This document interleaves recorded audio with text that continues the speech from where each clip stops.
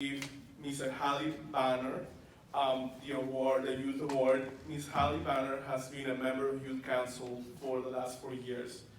And in the last 4 years, I've seen her grow, and I've seen her leadership, and I've seen her dedication, all the tireless hours that she puts into Youth Council events and in the community. She does all these different activities and sports and other organizations, but she's also been with us and she's helped us plan different events.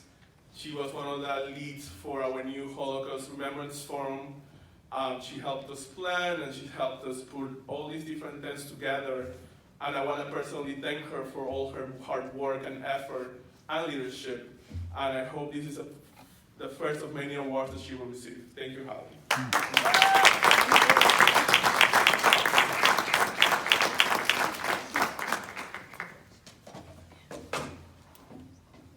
Good evening. My name is Hallye Bonner. I am truly humbled by this honor. I want to extend a very special thank you to the New Rochelle Youth Bureau and the City of New Rochelle for nominating me for this award.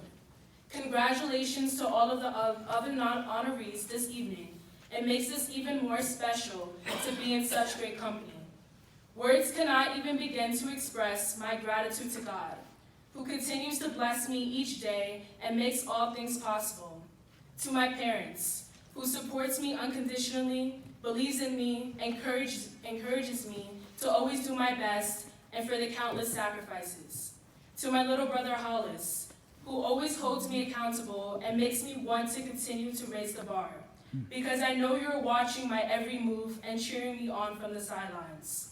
And to every educator I have ever had, who has inspired me to pursue my passions or helped me to positively shape my thinking. As Michelle Obama so eloquently stated in her book, Becoming, for me, becoming isn't about arriving somewhere or achieving a certain aim. I see it instead as forward motion, a means of evolving, a way to reach continuously toward a better self. The journey doesn't end. My journey is just beginning, and there's so much work ahead of me to get done, but I know I cannot do it alone. Today, I stand here on the shoulders of so many great people who have come before me, who have paved the way for me and opened doors to new opportunities for all of us sitting in this room. We cannot allow the lives, sacrifices, accomplishments, and progress of all the brilliant and courageous brown people that came before us in vain. Martin Luther King, a man who didn't allow hatred, violence, and non-believers to interrupt his dreams. I say to you today, my friends, so even though we face the difficulties of today and tomorrow, I still have a dream. It is a dream deeply rooted in the American dream. I have a dream that one day this nation will rise up and live out the true meaning of its creed. These are the eloquent and moving words recited by Dr. Martin Luther King Jr. on August 28, 1963. I am tired of watching dreams interrupted. 57 years later, and America seems to be on repeat, like we're a broken remote control that is stuck on rewind instead of moving forward. Americans have become too complacent and can no longer imagine a future unlike the present. The privilege of having a voice is taken for granted. People seem to be wired to stay on mute, allowing their surroundings to suffer tremendously and allowing themselves to become numb to tragedies and pain. Instead of quietly standing by on the sidelines, we should take action and utilize our voices to make a positive change, speak up for ourselves and for those without a voice. Rosa Parks, a woman who stood up for her beliefs and what was right, and was not afraid to fight for freedom, equality, justice, and prosperity for all people. In her autobiography, she said, "People always say that I didn't give up my seat because I was tired, but that isn't true.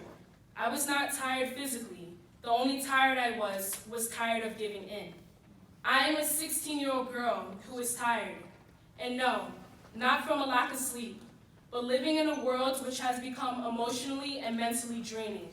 I am tired of seeing rest in peace plastered all over the media, tired of seeing young faces on the news missing or kidnapped, tired of our corrupt society filled with stereotypes, body shaming, and hate toward one another.